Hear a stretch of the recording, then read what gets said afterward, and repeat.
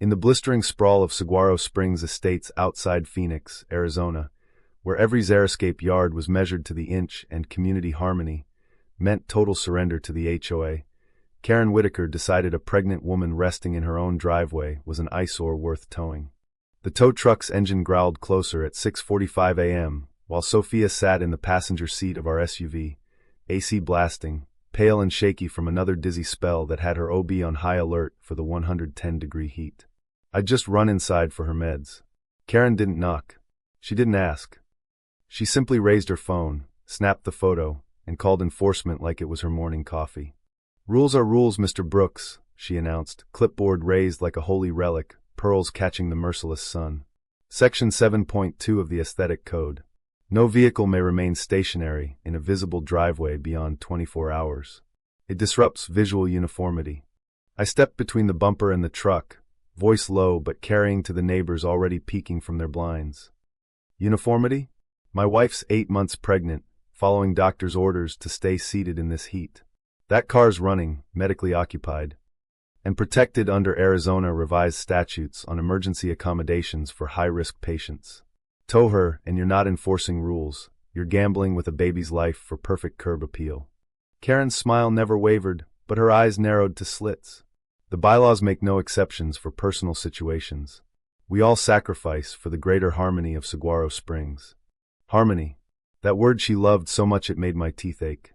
The same harmony that let her own golf cart sit out for weeks while she fined everyone else for a single misplaced rock. Sophia cracked the window, hand on her belly. "Ethan, let it go. It's not worth it." But it was. I leaned in, recording on my phone. Karen called the sheriff on a pregnant veteran medic resting in her own driveway. That's the headline. You sure you want to publish it? The tow driver hesitated. Phones were already out on porches. Then the cruiser rolled up. Deputy Ramirez stepped out, took one look at Sophia, and tipped his hat. "Mrs. Brooks, rough morning? Need anything, water, shade, the whole street shut down." She gave a faint smile. "Just 10 minutes out of this heat. You've got all day." Ramirez turned to Karen. "Ma'am, I've seen your enforcement logs. Funny how they only hit families who speak up at meetings." Karen's mouth opened, closed, then she spun on her heel and stalked away, clipboard trembling in her grip. The neighbors didn't clap, they whispered. But whispers have a way of growing teeth. That night the citations started piling up like desert sandstorms. Our hand-carved mesquite porch bench, built by my dad from reclaimed wood with our family initials burned in, was suddenly non-conforming decorative structure. Shade cloths to keep Sophia cool became unauthorized window treatments. Each fine carried Karen's neat signature and the same pious line, "For the preservation of Southwest harmony." I started digging through our closing packet. The original charter had no broad discretionary powers for the president. Yet Karen's new flyers boasted exactly that authority, complete with elegant new language that somehow never appeared in any recorded vote. No quorum minutes. No board approval. Just her word. 2 days later, maintenance guy Carlos Rivera, accidentally, dropped a folded draft on our walkway while measuring our walkway tiles for the 3rd time that week. Inside, Karen's handwriting in blue ink. "Pass these before next filing deadline. Confirm quorum later if needed. KW." And a list titled High-Risk Noncompliance Properties, with our address circled in red. Carlos showed up after dark, cap in hand. "She's printing fake minutes, Ethan. Threatening my job. But watching her go after your wife like that I kept backups. Everything.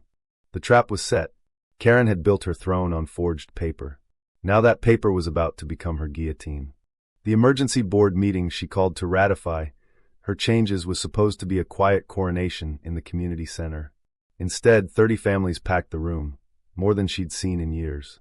The Duncans, fined for a simple welcome home banner for their deployed son. Single mom Lisa, ticketed 3 times for her kids' bike left out once. They weren't angry yet. They were awake.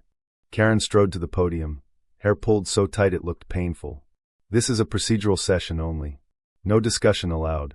"Actually," I said, stepping forward, "Arizona HOA statute lets any homeowner propose agenda items with majority consent." Hands shot up like wildfire. Motion passed before she could blink. I plugged in the laptop. Slide 1. Karen's own blue ink note demanding they pass before quorum check. The room gasped. Slide 2. Original charter versus her doctored version. Fonts mismatched, dates backdated, her initials everywhere. Slide 3. Emails ordering Carlos to target problem families first. Karen's knuckles went white on the podium. These documents are taken out of context. This meeting is adjourned. Deputy Ramirez stood from the back row.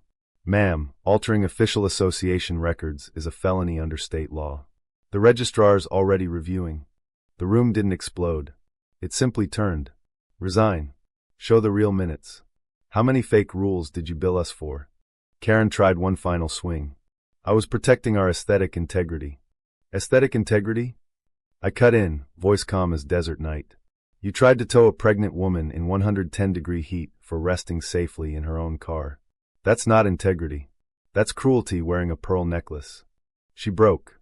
No speech, no clipboard slam, just a silent, defeated exit through the side door, heels clicking like a dying metronome.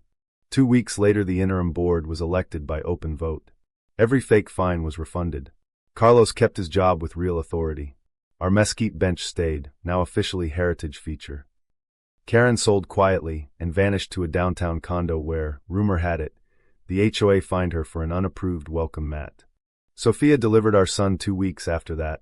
Healthy lungs, curious eyes, perfect desert baby. When we brought him home, neighbors had tied a simple banner to the porch rail. Welcome to Saguaro Springs, little one, where the rules finally serve the people. I sit on that bench most evenings now, watching the sun bleed orange over the mountains. The wood still carries my father's careful chisel marks.